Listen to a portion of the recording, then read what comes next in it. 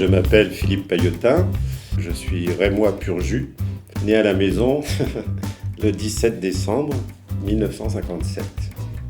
Un peu avant 17 ans, c'est-à-dire 1973 précisément, j'ai été sur le quartier Croix-Rouge, rencontrer le centre social de Croix-Rouge. Donc dans le centre de loisirs, j'étais animateur bénévole, pas diplômé à l'époque, à 16 ans et demi. Donc j'ai fait le choix d'arrêter mon engagement dans la montagne et de m'orienter plus avant dans l'animation. Et donc poursuivi mon parcours de formation, entré en formation DEFA, ce qu'on appelait le DEFA, diplôme d'état en fonction d'animateur, un des plus hauts diplômes qui existait à l'époque. Donc début de l'année 1993, c'est là où je suis venu sur le centre social des Châtillons, avec un statut de directeur, puisque la directrice de l'époque partait en retraite. Je connaissais très peu du quartier des Châtillons, si ce n'est cette grande tour forcément apparente. Déjà à l'époque, il y avait vraiment un esprit village qui existait et il semblait qu'il faisait, par-delà toute chose, relativement bon vivre dans ce quartier.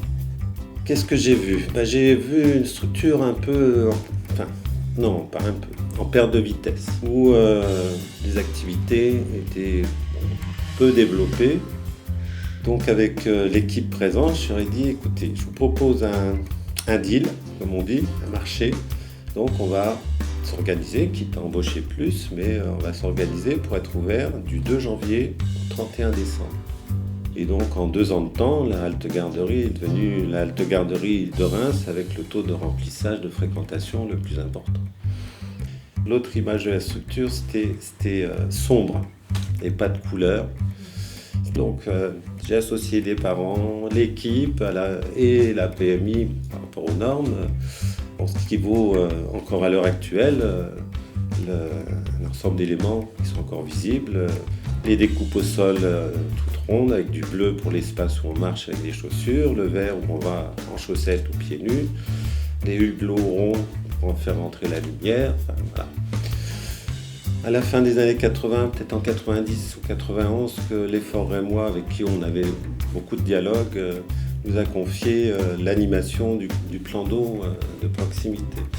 En tout cas pour les enfants notamment, en particulier, c'était un lieu sympa l'été quand il fait beau.